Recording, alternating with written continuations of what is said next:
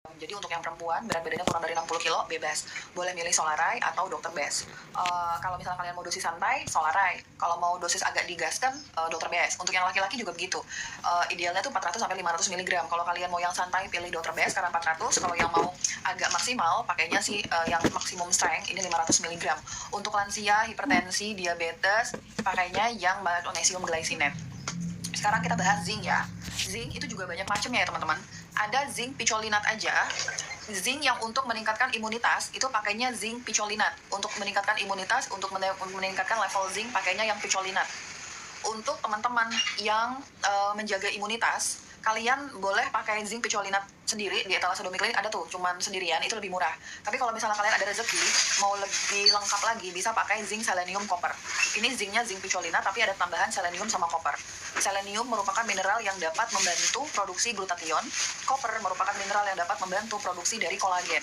Jadi kalau kalian itu ada rezeki lebih, pakainya zinc selenium copper untuk meningkatkan sistem imunitas. Teman-teman yang autoimun, terlebih khususan untuk teman-teman yang vitiligo, itu kalian sangat membutuhkan zinc, selenium, dan copper.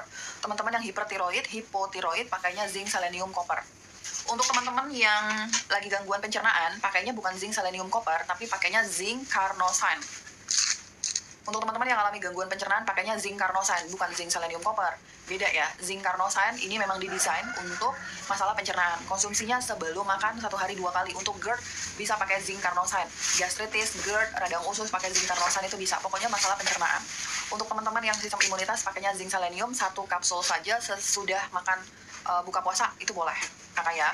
Untuk magnesium tadi saat bulan Ramadan ini silahkan dikonsumsi saat menjelang tidur. Sama aja sih kalau magnesium ya kak, menjelang tidur, karena magnesium itu sifatnya relaksasi, jadi bagusnya konsumsinya itu tuh sore dan menjelang malam, jadi plok tidur enak gitu ya kakak.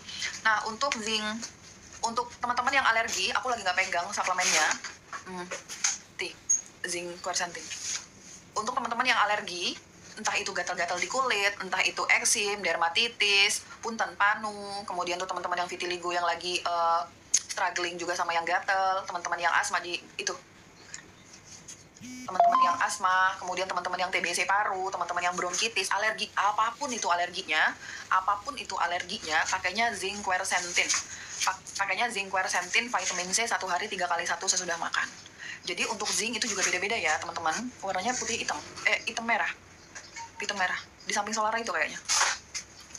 Untuk teman-teman pria di sini yang ingin meningkatkan testosteron production-nya, kemudian teman-teman yang lagi struggling sama masalah spermanya dan prostat, pakainya zinc glycinate.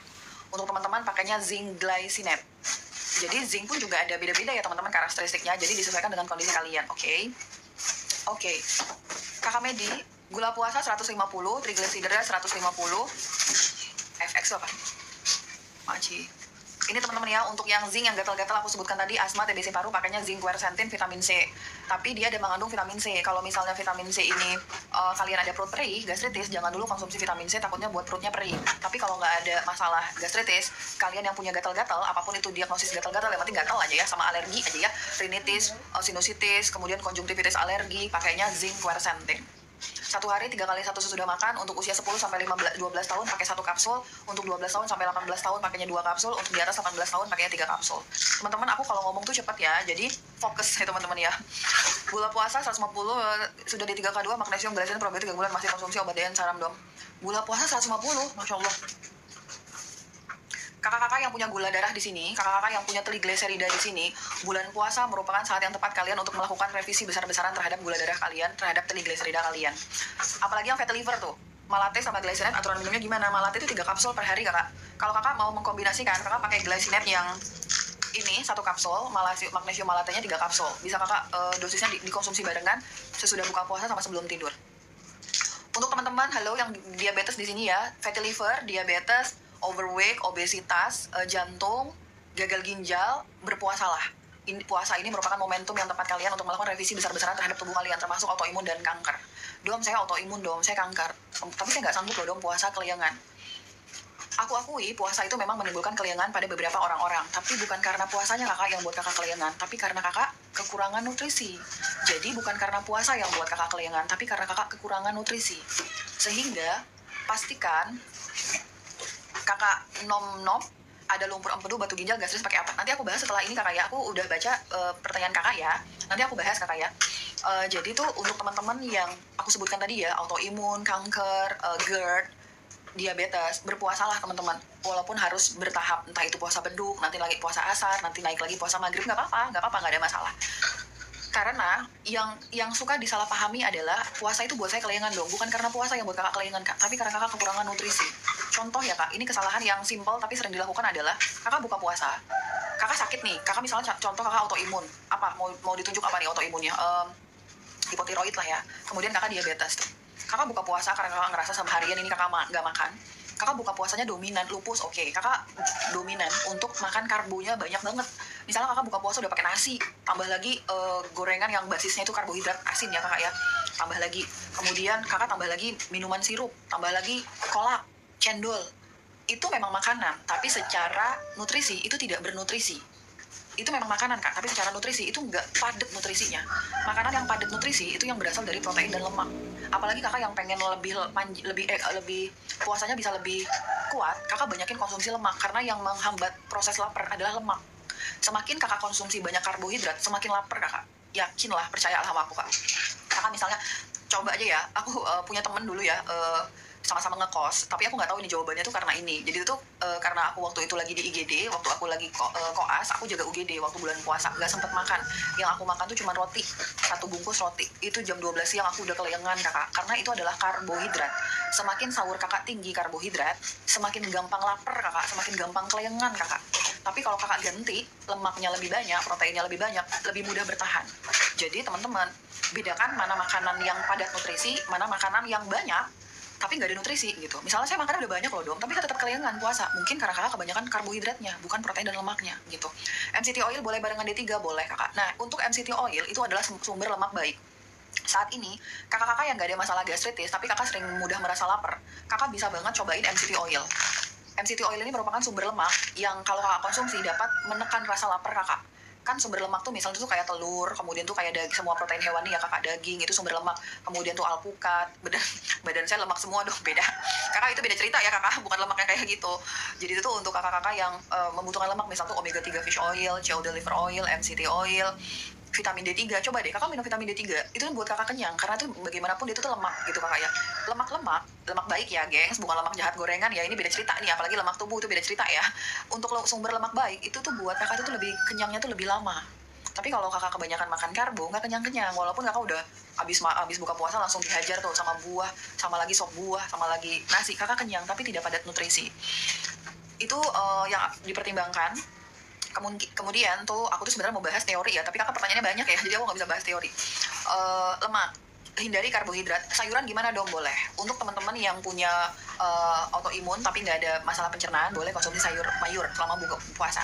Tapi untuk teman-teman yang punya keluhan kembung, dikit-dikit kembung, jangan makan sayur dulu sama bulan puasa. Aku ulangin ya, untuk teman-teman yang kembung, setiap kali kembung terus gampang penuh perutnya, jangan makan sayur. Makan sayur itu buat kalian makin kembung. Over dari fiber itu buat kembung, termasuk sayur dan buah. Semua fiber itu dikurangin untuk teman-teman yang punya keluhan kembung. Nanti makin kembung soalnya gitu. Oke. Rekomendasi probiotik dong. Ini probiotiknya ada yang probiotik untuk teman-teman yang sehat 200 bilion, 1 kapsul segera setelah makan, 1 kapsul sebelum tidur. Untuk teman-teman yang autoimun, kanker, jantung, pakai probiotiknya dari Lactobacillus reuteri. Jadi aku selesaikan sedikit lagi. Untuk teman-teman yang aku sebutkan tadi, berpuasalah, perhatikan komposisi makanan kalian, jangan banyak karbo, itu bakal buat kalian kelayangan. Kemudian makanlah protein dan lemak. Teman-teman, ini satu tips yang aku cuma cerita ya, kalian tidak harus menyamakan diri kalian dengan aku. Aku udah lama banget gak pernah sahur ya. 4 tahun tuh mungkin aku nggak pernah sahur dalam bentuk makanan. Aku kalau sahur dalam bentuk suplemen gitu. Kalau buka puasa aku makan, tapi kalau sahur aku nggak dalam bentuk dalam suplemen. Jadi itu tuh kalau misalnya teman-teman bulan puasa hanya 12-13 jam, aku kalau bulan puasa tuh aku puasa 24 jam. Jadi itu tuh memang karena puasa itu sebagus itu. Tapi lakukan saja bertahap, mengikuti kondisi kalian ya, gitu. Kemudian tips bulan puasa adalah suplemen wajib untuk bulan puasa, minimal vitamin D3, K2, dan magnesium. Itu wajib banget. Kalau kalian punya dana lebih, tambahkan vitamin B kompleks. Kalau misalnya kalian punya dana lebih, tambahkan vitamin B kompleks. Kalau misalnya kalian punya dana lebih, tambahin MCT oil. Kalau ada dana lebih lagi, tambahin electrolyte. Itu bisa membantu dalam proses kita cepat mencapai autophagy ketika kita puasa. Vitamin D3, K2, dan magnesium itu penting banget. Itu ada di tangga pertama. Kalian punya uang lagi, tambahin vitamin B kompleks. Kalau misalnya kalian punya masalah pencernaan, vitamin B kompleks bisa diganti dengan probiotik. Kalau nggak ada masalah pencernaan, vitamin B kompleks. Setelah kalian masih punya dana lebih, kalian bisa tambahin MCT oil. Tapi untuk teman-teman yang punya gastritis jangan pakai MCT oil karena MCT oil itu kadang-kadang buat lemak, buat mual. Kalau ada dana lebih, tambahannya electrolyte. Dengan komposisi suplemen itu bisa membantu puasa kalian tuh cepat efektif karena puasa itu dapat menurunkan peradangan dalam tubuh kita, dapat meningkatkan antioksidan dan dapat mengurangi deposit dari radikal bebas. Minimal itu suplemennya ya. Electrolyte aku lagi kosong kakak, jadi aku nggak bisa ngasih bentukannya gitu. Elektrolit itu isinya potasium, kemudian tuh teman-teman isinya potasium, magnesium, elektrolit natrium, itu perlu banget. Itu yang aku konsumsi selama bulan puasa, makanya aku per hari aku puasa 24 jam selama bulan Ramadan. Kalau kakak yang punya autoimun, kemudian kanker, kakak perlu banget untuk mempertimbangkan itu ya kakak. Kakak yang punya fatty liver, kemudian diabetes, kakak yang punya obesitas, overweight, pertimbangkan banget untuk itu. Banyak banget teman-teman yang gagal saat bulan Ramadan, malah tambah gemuk gitu ya, karena buka puasanya lebih banyak karbo, terus nggak pakai suplemen gitu. Ini bukan karena aku jual suplemen, enggak sama sekali ya teman-teman, karena itu adalah dasar kalian gitu. Vitamin D3, K2 dan magnesium itu merupakan suplemen dasar yang harus terpenuhi. Kapan-kapan aku mau upload beberapa bukti bahwa vitamin D3 itu tidak membebankan ginjal. Kalau kalian dengar vitamin D3 itu membebankan ginjal, itu sama sekali tidak benar. Kapan-kapan nanti aku akan upload VT pasien aku yang justru dia pertamanya mengalami penurunan fungsi ginjal, setelah konsumsi vitamin D3 dan magnesium malah fungsi ginjalnya naik. Jadi itu teman-teman jangan khawatir dengan isu. Kalian pastikan saja konsumsi air minum kalian sama puasa itu cukup. 40 mili kali kilogram berat badan adalah jumlah liter air yang harus kalian penuhi minimal dalam per hari. Misalnya berat badan kalian 60 ya kak. Jadi itu kakak konsumsinya air itu minimal 2,4 liter per hari. Kalau kakak bulan puasa, kemudian kakak kepanasan, kakak bisa meningkatkan hidrasi, kakak tambahin 500 mili, jadi bisa 3 liter per hari. Berdasarkan berat badan, kalau kakak berat badan cuma 40, ya berarti 40 kali 40, 1,6, tambahin 500, jadi 2,1 gitu. Air kelapa elektrolit benar. Air kelapa, lemon, kakak bisa tambahkan, kalau elektrolit kemahalan bagi kakak bisa mengganti itu dengan lemon. Lemon itu potasiumnya tinggi. Kakak tambahin sea salt, sepertiga sendok teh sea salt, garam laut, itu kakak aduk-aduk tuh ya, itu merupakan elektrolit yang sederhana. Kalau misalnya kakak belum tergapai gitu ya, beli elektrolit dalam bentuk suplemen, gak apa-apa, minum itu kakak. Air kelapa SCV itu beneran, itu juga elektrolit kakak. Air kelapanya kakak ya, kalau cuka apelnya bukan. Air kelapa ditambah sama sea salt, itu adalah jalan ninja kakak untuk mendapatkan elektrolit dengan cara yang lebih murah. Itu gak apa-apa, coba aja yang cara lebih murah, yang penting kakak masuk tuh nutrisi dalam tubuh kakak gitu ya. Aku ulangi lah teman-teman ya, untuk teman-teman yang gak ada nyari ulu hati, saat ini mungkin belum bisa beli elektrolit karena memang cukup mahal, kalian bisa mengganti dengan air lemon, segelas air lemon ditambah sea salt, sepertiga sendok garam laut, itu merupakan elektrolit. Itu dikonsumsi, itu dapat mempertahankan hidrasi dalam tubuh kalian. Itu bisa ngegaskan energi kalian selama puasa. Kalau misalnya air lemon gak dapet, kelapa boleh ditambahin sea salt, itu juga bisa, vitamin D3, K2 dan magnesium gitu. Berapa tablet MCT oil? Jeruk nipis bisa kakak, tapi kalau kakak mau cari potasiumnya lebih tinggi, kakak carinya lemon. Jadi potasium itu merupakan mineral kedua yang kita butuhkan, potasium. Berapa MCT oil jika trigliserida tinggi dan mah? Kakak kalau kakak mah, aku tadi bahas jangan konsumsi MCT oil dulu, karena beberapa teman mah ada yang konsumsi MCT oil jadinya tuh mual kakak. MCT oil hati-hati untuk teman-teman yang punya gastritis sama mah ya, karena mual. Di lain itu boleh. MCT oil itu kakak, karena dia merupakan sumber lemak baik, di dalam functional medicine, MCT oil itu digunakan sebagai salah satu terapi kanker loh. Karena itu tuh MCT oil itu dapat mempercepat proses kita menuju ketofastosis. Jadi teman-teman yang kanker itu kita kasih MCT oil gitu. Jadi bagus banget untuk triglyceride. Jadi dosisnya berapa dong gitu. Kalau dosis harian yang normal-normal aja 3.000 sampai 4.000. Itu yang normal-normal aja. Beda cerita kalau misalnya kakak memang ada kondisi khusus, misalnya kayak kanker, bisa di up to sampai 15.000, padahal pada pasien kanker tuh sampai 15.000 kakak. Tapi kalau kita sehat walafiat 3.000 sampai 3.600. Untuk teman-teman yang fatty liver, untuk teman-teman yang diabetes, obesitas, kalian bisa konsumsi MCT oil, kemudian olahraga, tetap gaskan olahraga. Itu fatty liver kalian insya Allah nanti bisa berkurang, obesitas kalian bisa berkurang. MCT oil itu dapat mempercepat proses pembakaran energi, tapi harus dibarengin sama olahraga ya. Kalau nggak olahraga ya cuma gitu ya. Oke kakak, aku sudah bahas itu, aku janji untuk bahas. Untuk yang punya mah, elektrolitnya dari air kelapa aja. Kalau lemon belum bisa kakak ya. Untuk yang punya mah, air kelapa, lemon, sisa boleh dicampurkan dong? Boleh. Oke, jadi tuh vitamin yang untuk puasa dari sisi aku, vitamin D3, K2, magnesium. Vitamin D3 minimal 10.000 IU, magnesiumnya kalau perempuan 350 mg, kalau laki-laki bisa main di 400 sampai 500 mg. Makasih kakak mamah ya. Kemudian setelah kakak minum vitamin D3, K2 dan magnesium, kakak masih ada dana lebih, tambahin probiotik kalau kakak ada masalah gangguan pencernaan. Kemudian kalau kakak nggak ada masalah gangguan pencernaan, probiotik bisa nggak usah dikonsumsi, nggak apa-apa. Kemudian tambahin vitamin B kompleks. Vitamin B kompleks udah terpenuhi, kemudian kakak masih ada dana lebih, tambahin MCT oil. Kecuali untuk teman-teman yang gastritis. MCT oil sudah dikonsumsi, masih ada dana lebih, tambahin electrolyte. Gitu ya kakak, itu urutannya. Jangan dibalik, duluin glutathione, duluin kolagen, duluin astaxanthin, itu kebalik, itu teori yang salah. Yang aku pikirkan itu harus dimulai dari kebutuhan dasar kita. Jadi penuhin dulu kebutuhan dasar, baru setelah dasar terpenuhi, baru kakak berpikir, oke, saya butuh glutathione, saya butuh astaxanthin. Jadi harus dasar dulu kakak yang dipenuhin ya, itu yang paling benar. Tadi aku hebat banget puasanya tetap lancar bicaranya ya. Kakak untuk informasi aku nggak sahur loh kak. Oke kakak, oke aku akan bahas tentang lumpur empedu ya. Kakak kita berhenti dulu sejenak bahas suplemen, kita bahas dulu lumpur empedu, batu ginjal, gastritis pakai apa. Oke, aku dapat pertanyaan dari teman-teman gastritis dom, saya tuh boleh nggak sih gastritis puasa gitu. Secara dasar teorinya, nutritional yeast bagus kan, bagus banget kakak Mega, itu sumber vitamin B1, silakan dikonsumsi. Untuk teman-teman gastritis, abisnya aku ke autoimun kakak Cahayu ya, abis aku bahas kakak Mon, aku akan bahas autoimun. Untuk teman-teman yang gastritis itu nyeri ulu hati, perut perih ya, itu gastritis kakak ya. Apapun gastritisnya, entah kalian gastritis yang disebabkan karena reflux bile, reflux duodenum, karena Helicobacter pylori, apapun jenis gastritisnya, sebenarnya puasa itu dapat membantu penyembuhan peradangan. Karena berdasarkan pemahaman aku adalah dengan kita puasa, kita dapat menurunkan sitokin, kita dapat meningkatkan imunitas kita, dan dapat meningkatkan mikrobioma, keanekaragaman mikrobioma dalam tubuh kita. Sebenarnya kalian tuh memang juga diperbolehkan untuk puasa. Tapi aku paham, apalagi teman-teman gastritis yang terjebak ya, aku bilang terjebak karena aku berpikir ini bukan metode yang pas. Teman-teman gastritis yang terjebak dalam pola makan per 3 jam, harus makan per 4 jam, tentu aja nggak kuat untuk puasa. Tapi bertahap kalian perbaiki kondisi ini, karena pada dasarnya gastritis pun butuh puasa. Puasa itu dapat menurunkan peradangan dalam tubuh kita, termasuk peradangan pada lapisan mukosa lambung kakak. Tapi aku paham karena begitu banyak informasi yang mungkin buat kakak bingung, katanya gastritis nggak boleh puasa, tapi ini gastritis boleh puasa gitu. Dari sisi aku, gastritis juga aku sarankan puasa, tapi bertahap kakak ya. Walaupun kakak dewasa, jangan malu untuk puasa sampai beduk aja, sampai asar aja tuh nggak apa-apa. Namanya kan orang punya prosesnya beda-beda. Untuk teman-teman yang gastritis, yang bisa aku rekomendasikan yang pertama adalah probiotik. Itu mah wajib kakak ya, probiotik itu dikonsumsi. Kalau kakak saat ini suka kembung-kembung, suka begah, tambahin enzim itu kakak tambahin, probiotik sama enzim kakak tambahin untuk menghilangkan rasa nyeri perut perih kakak. Kalau kakak berkenan untuk mencari mengganti dengan suplemen, atau selama ini kakak minum antacid, kemudian omeprazole masih belum efektif, kakak bisa mempertimbangkan Gastro Comfort.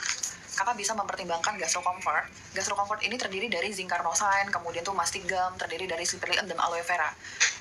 Ini dapat membantu teman-teman yang mengalami gastritis. Tapi aku jelaskan sekali lagi, dalam Gastro Comfort itu ada zinc. Zinc itu mineral yang sangat dibutuhkan untuk tubuh kita, tapi ada teman-teman yang nggak bisa konsumsi zinc. Ada teman-teman yang nggak cocok sama zinc. Zinc itu bagus, tapi ada teman-teman yang nggak cocok sama zinc. Jadi kalau misalnya kalian mau coba Gastro Comfort, mungkin bisa dicoba dulu kemasan ecernya, 20 kapsul. Tester dulu, kalian cocok atau enggak. Kalau nggak cocok ya jangan konsumsi, jangan zinc. Tapi kasus yang cocok lebih banyak daripada kasus yang nggak cocok. Tapi aku menyampaikan apa adanya ya kakak, karena aku bukan penjual kakak ya, aku mengedukasi dan menyediakan suplemen. Kalau kakak mau konsumsi zinc dengan suatu pemahaman, mungkin kakak nggak cocok, tapi tetap worth it untuk dicoba, karena zinc merupakan salah satu mineral nomor 3 yang penting untuk tubuh kita. Tanda nggak cocok zinc tuh begini: hari pertama kakak konsumsi zinc, apapun itu zincnya, entah kakak konsumsi zinc picolinat, zinc carnosine, zinc quercetin, zinc oxide, zinc glycinate, apapun itu jenis zincnya, yang hari pertama kakak konsumsi kakak timbul kram. Kemudian kakak timbul kram, nggak nyaman di perut, ada teman-teman yang mual. Kakak perhatikan dulu kira-kira rasa nggak nyaman ini kakak kasih scoring. Dari 0 sampai 10, skornya ada berapa? Misalnya, iya dom, saya habis makan zinc tuh saya kayak mual loh dom gitu. Skornya 8, karena saya mual banget, parah banget dah gitu. Kakak kasih nilai 8. Jangan berhenti dulu, kakak mohon izin, besok kakak coba lagi konsumsi zincnya, apapun jenis zincnya ya. Dom, saya masih kram, tapi kok kayaknya berkurang ya, nilainya 7 deh gitu. Besok kakak coba lagi, kakak lihat lagi, oh iya dom, saya masih kram, tapi udah berkurang 5. Kakak coba lagi, nanti lama-kelamaan itu akan hilang. Itu namanya adaptasi. Ya kak. Tapi kalau semakin hari nyeri kram kakak semakin hebat, itu berarti kakak nggak cocok.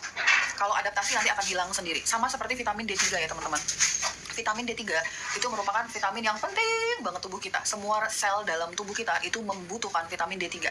Dan berdasarkan pemahaman aku sudah pernah menjelaskan ini lewat VT, kebutuhan vitamin D3 untuk pasien, untuk kakak-kakak di atas usia 18 tahun itu minimal 10.000 IU.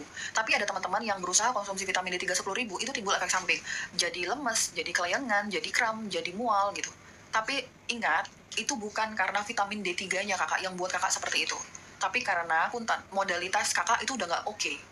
Jadi aku ketemu sama pasien yang susah banget konsumsi vitamin D3. 1.000 pun nggak mampu, padahal usianya 30-an tahun.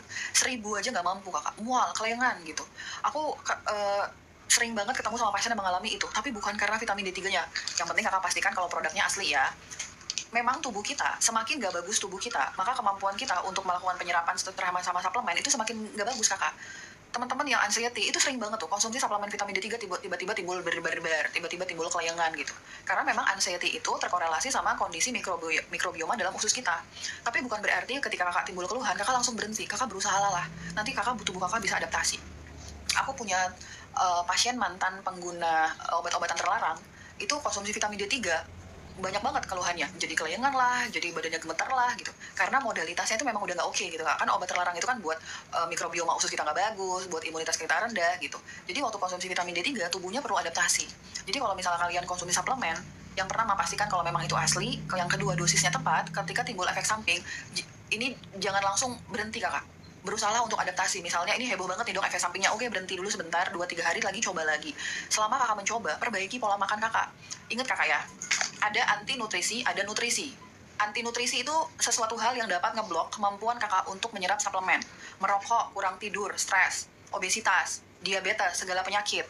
Kemudian pola makan masih banyak gula, karbohidrat olahan, bakso, mie ayam, seblak. Kemudian kakak kebanyakan makan minuman kemasan, cola drink, segalanya itu yang junk food, ultra processed food. Itu anti nutrisi. Anti nutrisi adalah sesuatu hal yang dapat menyebabkan kemampuan tubuh kita dalam menyerap suplemen itu menjadi nggak oke. Anti nutrisi ini harus kakak hindari dulu. Nutrisi, misalnya kecukupan tidur, kecukupan air putih, suplemen berupa vitamin mineral, kemudian kakak olahraga, puasa, pola makan oke, itu nutrisi. Ketika kakak memasukkan nutrisi dalam tubuh kakak, tapi kakak tidak menghilangkan anti nutrisi, nggak selesai masalah kakak. Contoh, bener Pak Tio, contoh nih, sebentar aku disuruh main. Oke. Misalnya nih, kakak konsumsi vitamin D3, K2, dan magnesium. Itu kan secara teori kan bagus. Tapi kakak buka puasanya tetap pakai makanan olahan yang tinggi gula, junk food, ultra processed food. Nah, makanan ini dapat menghambat penyerapan nutrisi berupa vitamin D3, K2, magnesium kakak. Jadi itu kayaknya itu tuh nggak akan berguna. Atau si anti nutrisi ini dapat mengakibatkan efek samping ketika kakak konsumsi suplemen. Misal nih, kakak obesitas, kakak punya diabetes, itu kan anti nutrisi. Kakak udah olahraga, tapi kakak tetap aja makannya nggak bener. Jadi olahraga kakak itu nggak ada manfaatnya gitu loh kakak. Misalnya nih kakak yang punya hipertensi itu bagus banget untuk puasa ya. Kakak hipertensi, kakak puasa kan bagus tuh, secara agama bagus, secara teori bagus. Tapi pas buka puasa kakak tetap gaskan makanan-makanan yang tinggi natrium olahan, kakak tetap makanan karbohidrat, nggak akan bisa ngerubah apapun karena kakak lakukan positif tapi negatif tetap ada dalam tubuh kakak. Jadi sia-sia gitu ya kak. Jadi pertimbangkan untuk ketika kakak konsumsi suplemen vitamin D3, K2, magnesium apapun itu, probiotik, ada efek samping, berhenti dulu, kakak hilangkan semua faktor anti nutrisinya. Pola makannya diperbaiki, pola tidurnya diperbaiki, kecukupan air putihnya optimalkan gitu. Nanti kalau udah hilang efek sampingnya, kakak itu konsumsi suplemen lagi. Nanti lama-kelamaan tubuh kakak akan adaptasi, nanti lama-kelamaan kakak akan baik-baik saja gitu. Itu dari aku ya kakak, karena banyak sekali teman-teman yang timbul efek samping setelah konsumsi suplemen. Tapi dapat isunya adalah bahwasanya suplemen ini nggak cocok tuh kan, benar suplemen tuh bisa membebankan ginjal, nggak usah konsumsi suplemen kalau kalian tuh masih sehat. Itu sama sekali tidak benar kakak ya gitu. Oke, baik, aku tadi mau bahas gastritis. Untuk teman-teman yang gastritis, sebenarnya pada dasarnya kalian tuh juga boleh puasa, tapi lakukan secara bertahap. Untuk suplemen gastritisnya kakak, yang aku rekomendasikan tadi ya, Gastro Comfort. Tapi ingat, di dalam Gastro Comfort ada zinc, bisa cocok, bisa enggak. Silakan pertimbangkan untuk dikonsumsi, tapi kalau nggak yakin jangan. Tapi kalau yakin, silakan dipertimbangkan. Kemudian probiotik itu menemani Gastro Comfort. Gastro Comfort 1 kapsul sesudah makan pagi dan sore, probiotiknya salah, ini bukan probiotiknya 1 kapsul sesudah buka puasa dan 1 kapsul sebelum sahur. Terus enzim kakak ya, enzim ini 1 kapsul saat makan, sahur dan buka. Untuk teman-teman sebenarnya tuh gastritis itu lebih kompleks daripada itu. Untuk teman-teman yang mau lihat paket gastritis aku, itu ada di Keranjang Domi Klinik, itu aku berikan beberapa rangkaian opsi untuk suplemen gastritis yang bisa kalian pertimbangkan. Kemudian itu untuk gastritis kakak. Untuk lumpur empedu, untuk teman-teman yang batu empedu, lumpur empedu, untuk teman-teman yang ada radang empedu gitu ya. Aku sering banget ya didatengin pasien, dok, kenapa saya bisa batu empedu? Kenapa saya bisa lumpur empedu? Padahal saya itu nggak makan daging. Kakak masih sering nggak sih dengar informasi seperti itu? Kenapa saya bisa kena empedu padahal saya nggak makan daging? Kak, itu informasinya salah ya kak. Kalau misalnya kakak ngolah makan dagingnya itu secara benar, misalnya nih, kakak ngolah daging itu tuh bener loh, cuman ala-ala sop, ala-ala pindang daging, sop daging, kemudian tuh daging yang kakak olah cuman di grill pakai butter, nggak ada MSG, nggak ada gula, nggak ada minyak. Itu daging itu sehat, nggak ada hubungannya antara makan daging sama lumpur empedu. Lucu sih nggak makan daging empedu, lumpur empedu. Kak, nggak ada hubungannya daging sama empeduan, Kak. Yang buat empedu itu apa? Gula. Kakak, yang buat empedu, radang empedu, kemudian batu empedu, lumpur empedu itu gula, Kakak. Gula itu mengoksidasi daging. Gula itu mengoksidasi lemak, mengoksidasi protein yang berubah menjadi teroksidasi itu berarti artinya itu jelek ya, Kak. Nah, itu yang membuat si lemak itu berubah menjadi jahat. Akhirnya Kakak kelebihan lemak, produksi empedu, garam empedu Kakak kurang, jadilah lumpur empedu. Gitu. Dosis oxbaya yang sudah diangkat empedu berapa, diminum dan berapa kali? Makasih. Oh iya, untuk teman-teman yang empeduan, untuk teman-teman yang nggak punya kantung empedu, aku rekomendasi banget oxbaya ya. Kakak, oxbaya itu bagus, tapi ada teman-teman yang abis minum oxbaya tuh jadi diare. Pasti seperti itulah, namanya suplemen itu sama kayak obat ya. Aku nggak pernah bilang suplemen itu nggak ada efek samping ya. Suplemen itu sama kayak obat, punya efek samping. Jadi itu kalian harus tahu dulu teorinya, jadi yakin ya. Untuk teman-teman yang nggak ada lagi kantung empedu, untuk teman-teman yang batu empedu, lumpur empedu, silakan mempertimbangkan konsumsi oxbaya. Dimulai dulu dari dosis 125 mg dulu kakak. Kalau kakak satu hari 2 kali sesudah makan. Kalau kakak yakin aman, nggak ada masalah, bisa tingkatkan up to ke 500 mg. Tapi kalau kakak khawatir, bertahan aja di 120 mg. Aku ulangin lagi ya teman-teman, yang buat kalian itu batu empedu itu bukan karena daging secara teori sederhana. Memang iya karena kelebihan kolesterol, tapi karena apa kalian bisa kelebihan kolesterol? Karena gula. Gula yang berasal dari makanan junk food, ultra processed food, gula olahan, tepung, gula itu tuh ada gula manis, ada gula asin. Teman-teman makan gorengan itu gula asin. Teman-teman misalnya kalian makan bakwan, ini mah bukan daging aman. Enggak, bakwan itu adalah gula asin. Dia tepung ketemu sama rasanya asin, tapi aslinya itu gula asin. Junk food, ayam-ayam KFC, McD itu gula asin, pizza itu gula asin. Makanan minuman cola drink itu gula asin. Jadi itu yang buat kalian itu empedu itu adalah gula. Gula itu mengoksidasi lemak. Akhirnya produksi garam empedu kalian kurang. Kalau garam empedu kurang, nah kelebihan lemak itu nggak bisa dibuang. Akhirnya jadi keras lah dia. Jadilah batu kolesterol. Batu empedu itu berasal dari kolesterol yang mengendap. Tapi kakak, yang buat kakak sakit empedu, fatty liver itu adalah gula. Itu yang harus dipahami ya kakak. Jadi walaupun kakak makan daging sapi, tapi ngolahnya benar kakak, itu akan aman kakak ya. Jadi pasien-pasien yang empedu jangan lagi protes ke aku ya, kenapa saya bisa kena empedu dong padahal saya nggak makan daging gitu. Aduh sayang banget kakak nggak makan daging, padahal daging tuh oke banget loh kak, sumber nutrisi bagus banget. Sumber nutrisi yang paling bagus di dunia ini adalah daging sapi, tapi pastikan daging sapinya benar, nggak disuntik-suntik, nggak melted, nggak grain fat, itu bagus banget. Dan cara pengolahannya benar itu adalah bagus banget. Nah untuk kakak yang empedu ya, pertimbangkan untuk konsumsi oxbaya sama tutka. Tutka lagi habis, jadi nggak bisa kakak lihat di keranjang kuning aku, tapi kakak konsumsi oxbaya. Untuk teman-teman yang nggak punya kantung empedu, pertimbangkan konsumsi oxbaya seumur hidup. Karena teman-teman yang nggak punya kantung empedu lagi, berarti kantung empedu itu gunanya buat apa? Si hati kan memproduksi cairan empedu. Nah cairan empedu itu dikuatkan di kantung empedu. Jadi kantung empedu itu ibaratnya kayak wamil, wajib militer. Jadi itu semua cairan empedu yang masuk di kantung empedu itu akan dikuatkan dulu, dirubah menjadi empedu yang berkali-kali lipat lebih kuat daripada empedu biasa. Nah dengan empedu yang kuat inilah kita bisa mencerna lemak, kita bisa mencerna gula gitu ya kakak. Tapi memang dominannya untuk mencerna lemak kakak ya gitu. Tapi kalau misalnya bayangin kalian nggak punya kantong empedu, berarti cairan empedu itu langsung netes ke usus. Berarti yang kalian punya empedu yang nggak kuat. Jadi salah makan dikit mual, salah makan dikit sakit nyeri kanannya gitu.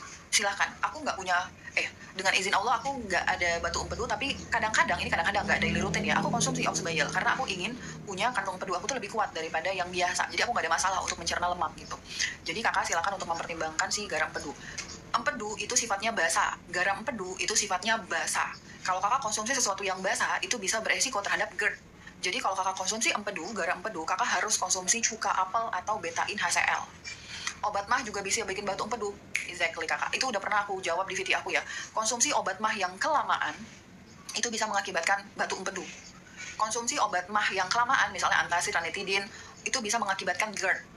Itu memang benar, tapi aku kembalikan lagi kakak ya, karena aku functional medicine, mungkin aku punya pendapat yang berbeda dengan dokter konvensional, jadi aku kembalikan ke kakak mau ikut yang mana.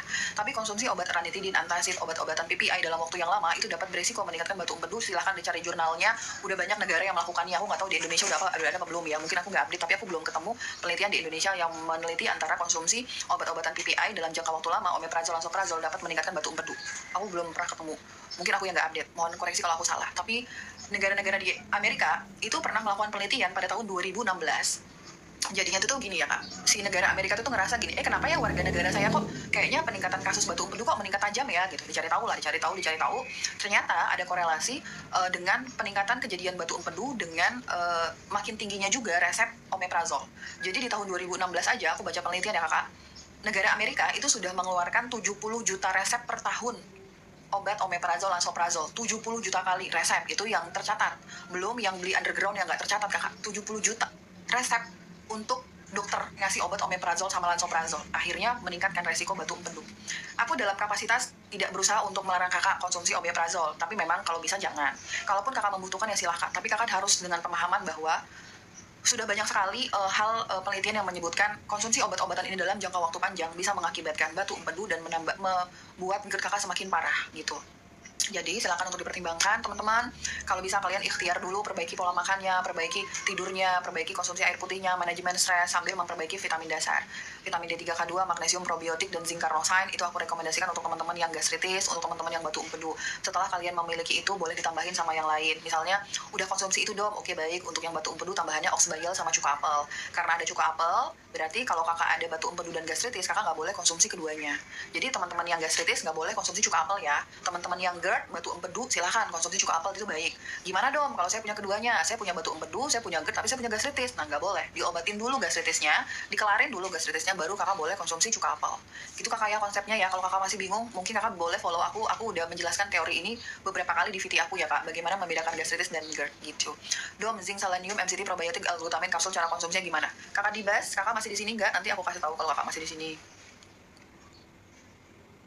Kalau abis minum oxbayel pup agak ambiar tapi nggak diare nggak apa-apa kakak. Memang aku sebutin tadi oxbayel itu dapat membuat peningkatan frekuensi diare ya, BAB.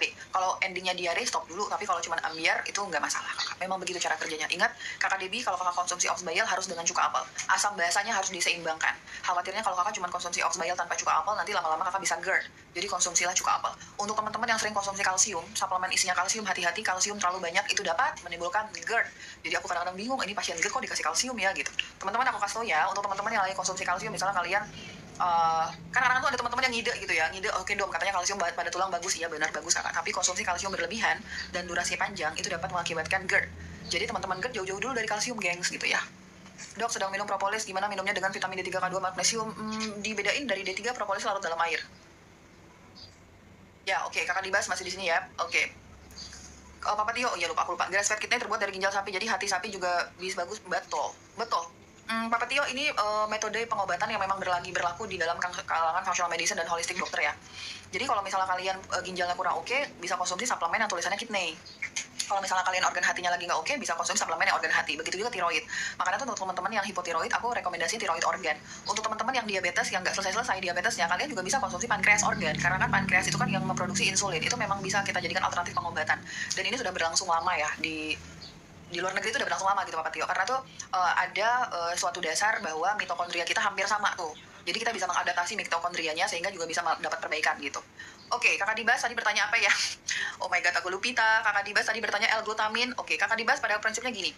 Zinc, selenium, semua jenis zinc, entah itu zinc apapun yang kalian konsumsi, itu sebenarnya zinc itu bagus sebelum makan. Tapi untuk teman-teman yang gastritis, mungkin kalau konsumsi zinc sebelum makan, itu bisa buat nggak nyaman perutnya. Jadi ambil amannya aja kakak konsumsi sudah makan ya. Kemudian untuk teman-teman L-glutamin itu larut dalam air, probiotik larut dalam air, kemudian MCT oil larut dalam lemak. Jadi misalnya nih kakak Dibas, setelah buka puasa kakak konsumsi probiotik dan L-glutamin, probiotik setelah buka puasa kakak konsumsi probiotik. L-glutamin itu juga sama, bisa efektif sebelum makan dan sesudah makan. Kalau kakak mau mencapai efektivitas lebih baik sebelum makan. Jadi kakak belum buka puasa, kakak konsumsi L-glutamin dulu, kemudian kakak makan, kemudian kakak konsumsi probiotik. Nah, kalau misalnya kakak tipe-tipe yang konsumsi vitamin D3, K2 sahur, itu bisa tuh kakak barengin sama MCT oil. MCT oil aku anjurin lebih di sahur, karena bisa ngebooster kakak lebih kenyang lebih lama gitu. Untuk zinc selenium boleh sesudah makan maghrib, atau sesudah makan isya, atau kakak sesudah makan sahur, gitu kakak ya. L-glutamin kita buat sebelum makan aja kakak, sebelum makan sahur dan buka, probiotik 1 kapsul segera setelah makan dan sahur, MCT dibarengin dengan vitamin D3 bisa di sesudah sahur. Untuk zinc seleniumnya bebas, boleh sesudah buka atau sesudah sahur. Gitu kakak Dibas ya. Pertanyaannya banyak ya guys. Kesimpulan hasil endoskopi antrum reflux apa dulu nih kakak? Itu apa ya, tidak ada luka lambung. Kakak gastritis itu peradangan lambung kakak ya. Pengobatannya sama seperti luka lambung. Kakak refluxnya reflux apa? Ada reflux bile, ada reflux duodenum. Kakak refluxnya apa ya?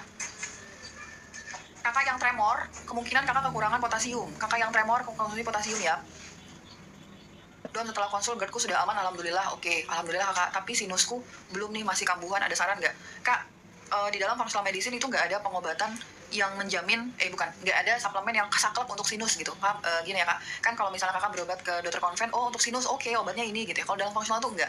Sinusitis itu buat sembuh terkorelasi sama banyak faktor. Pola makan kakak, Udah oke, mudah-mudahan ya, kan kakak udah konsumsi GERD-nya membaik ya, alhamdulillah. Nah kemudian sinus itu juga terkorelasi sama faktor alergi. Kakak cari nih, oh iya dong, ternyata selama ini saya alergi ini. Nah jauh-jauh tuh dari alergi kakak gitu. Kemudian sinusitis itu erat kaitannya satu sama imunitas. Jadi tingkatkan imunitas kakak. Cari faktor alergi kakak. Imunitas perbaiki dengan pola makan sama suplemen vitamin D3, K2, magnesium, zinc, probiotik itu untuk meningkatkan imunitas. Kakak pertimbangkan untuk konsumsi itu, jauhin alerginya. Alerginya tuh kakak harus cari tahu. Teman-teman yang punya alergi, kalian tuh sulit sembuh kalau misalnya kalian nggak tahu nih sumber alergi kalian apa. Jadi dicari sumber alergi kalian. Beda-beda ya sumber alergi orang, ada yang alergi dingin, ada alergi debu, ada alergi yang terhadap makanan tertentu gitu. Jadi dicari tahu kakak. Untuk sinusitis, dari aku vitamin D3, K2, magnesium, zinc, dan probiotik. Untuk zincnya karena kakak GERD, tentu aja kakak boleh mengkonsumsi vitamin C. Jadi zincnya zinc quercetin 1 hari 3 kali 1 sesudah makan. Vitamin D3 nya minimal 10.000 IU. Magnesiumnya kakak berat badannya berapa kakak hari ini, punten aku maaf lupa. Kalau kakak kurang dari 40 kilo bisa pakai magnesium dari Solaray ya, 4 kapsul per hari, 2 kapsul sesudah sholat isya, 2 kapsul sebelum tidur. Kemudian probiotik. Untuk teman-teman yang ada infeksi, apapun itu infeksinya, konsumsilah probiotik ya. Mau infeksi sinus, mau suka sakit tenggorokan bolak-balik, mau ISK bolak-balik, mau batu ginjal, apapun infeksi kalian, infeksi di kulit sekalipun ya, konsumsilah probiotik. Probiotik itu bisa mempertahankan imunitas kita. Kalau ada infeksi, pasti imunitas kita nggak oke kan. Jadi di support kakak sama probiotik gitu ya kakak. Propolis itu larut dalam air kakak. Jadi kakak kalau mau gabungan sama si magnesium, zinc boleh, tapi jangan digabung sama si vitamin D3. Dok, rambut rontok parah, ketombean sama jarang apa lagi? Jarang BAB, suplemennya apa? Kakak ini sis, dari pertanyaan kakak, satu hal yang terlintas dari aku adalah kakak kekurangan vitamin D3. Kedua hal yang terlintas dari aku, mungkin kakak leaky gut. Rambut rontok, ketombean, sama jarang BAB itu yang pertama terlintas adalah vitamin D3 sama mungkin kakak leaky gut. Kalau kakak Enesis belum tahu itu leaky gut, mohon pelajari dulu leaky gut. Di beberapa video aku jelasin tentang leaky gut. Dok, autoimun makan telur sama kurma boleh ya? Kalau kurmanya kakak yakin, saya yakin-yakinnya nggak ada gula, silakan. Misalnya kurma yang ajwa ya, silakan. Itu glukosanya bukan glukosa suntik, glukosa buah, oke lah ya kak, boleh lah ya kak gitu. Tapi kalau kurmanya yang benar-benar yang wala-wala kak, gulanya masya Allah, nggak usah lah kak. Telur itu nggak ada masalah selama kakak nggak ada alergi telur. Teman-teman, aku bahas leaky gut sebentar ya. Dok, ayahku lututnya nyeri, kakak vitamin D3, K2, dan magnesium dulu dikonsumsi ya. CoQ10 larut dalam lemak dibarengin sama vitamin D3, natokinase larut dalam air, jangan digabungin CoQ10. Misalnya natokinase, kakak konsumsi 1 kapsul sudah buka puasa sama sahur, CoQ10 bisa kakak konsumsi berbarengan sama vitamin D3. Jeda antara CoQ10 sama natokinase minimal setengah jam. Oke, kakak mungkin aku mau udahan mungkin di setengah satuan kakak ya. D3 sama minyak ikan sama atau beda? Beda kakak, beda ya. Makasih dong, menyala Domi. Apa yang menyala dong. Aku bangga ada dokter yang kayak Domi. Makasih kakak Rini ya untuk apresiasinya, terima kasih kakak ya. Sehat-sehat kakak Rini ya. Oke, kakak aku mau bahas dulu tentang leaky gut ya. Leaky gut ini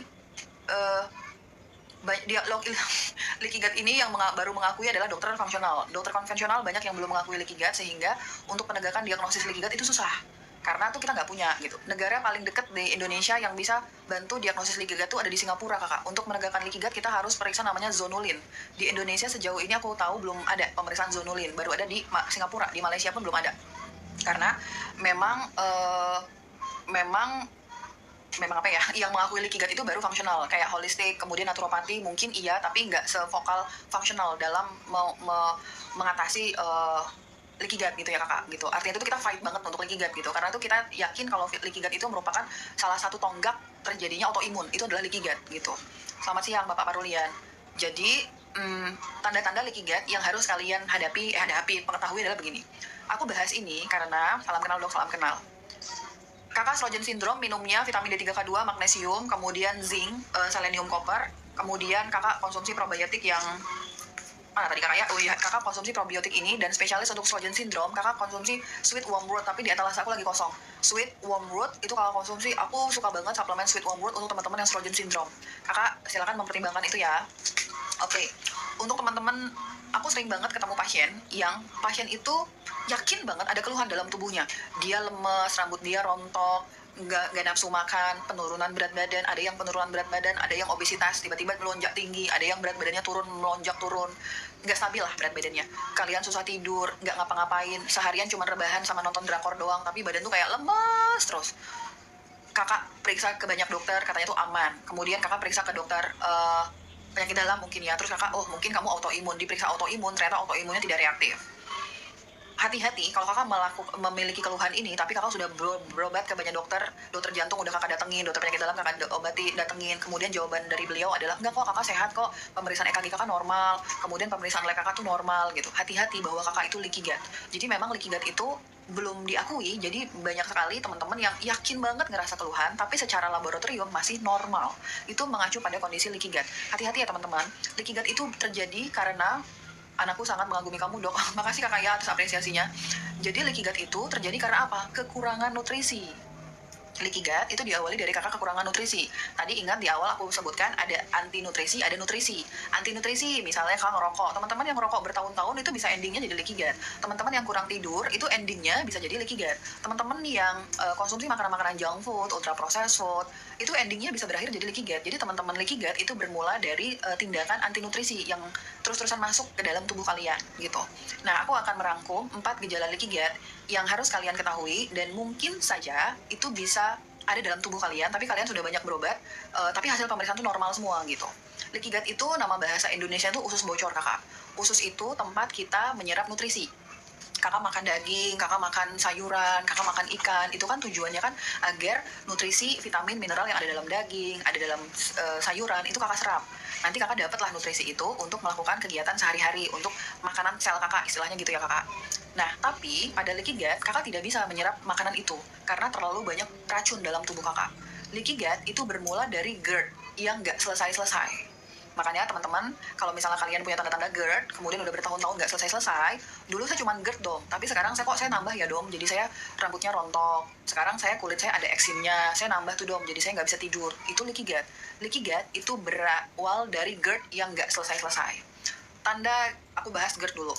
GERD itu adalah kondisi kalian mengalami perubahan pH lambung. Lambung kita, teman-teman ini sudah sholat zuhur ya di Lampung. Kalau kalian sudah sholat, udah waktunya zuhur, silakan sholat dulu ya. Jangan sampai nonton live aku jadinya sholat zuhurnya jadinya tertunda ya. Jadi itu tuh untuk GERD itu terjadi karena kekurangan asam lambung. pH lambung kita kakak itu normalnya 1-3. Berarti leaky gut harus diperbaiki lambungnya dong, betul kakak. Jadi itu tuh pH lambung kita itu normalnya 1-3. Normalnya ya kak, kakak cari aja lah di Om Jujol. Berapa sih pH lambung normal itu 1-3. Nah, anti nutrisi yang kita lakukan tadi, kakak ngerokok lah, kemudian kakak merokok, kakak Ira maafin ya, kakak merokok lah, kemudian kakak kurang tidur lah, kemudian kakak makanannya nggak oke lah gitu ya, itu ngebuat pH lambung tuh berubah. Kakak konsumsi obat-obatan, misalnya kakak suka sekali dikit-dikit pegel, minumnya obat pegel, misalnya kakak beli jamu pegelinu lah, kakak beli obat-obatan anti nyeri di apotik lah gitu kan. Saya angkat jemuran dulu, monggo kakak, jangan sampai jemurannya basah ya gitu. Jadi tuh kakak konsumsi obat-obatan tadi, kemudian kakak melakukan beberapa tindakan tadi, akhirnya merubah pH lambung kakak. Normalnya pH lambung kita itu 1-3. Normalnya 1-3. Kejadian tidak normal itu terjadi ketika pH lambung kakak bukan 1-3 lagi, tapi pH lambung kakak jadi 4, 5, 6, 7 sampai 14. Jadi tuh dulu kita pernah belajar tentang pH ya kakak. pH itu 1-14. 1-6 itu sifatnya asam, 7 itu adalah netral, 8-14 itu adalah basa. Gitu. Aduh aku jadinya udah terlewat 20 menit sholat zuhur gitu. Apa kita sudahan dulu ya kak? Aku nanti hadir lagi live-nya di jam sore deh ya.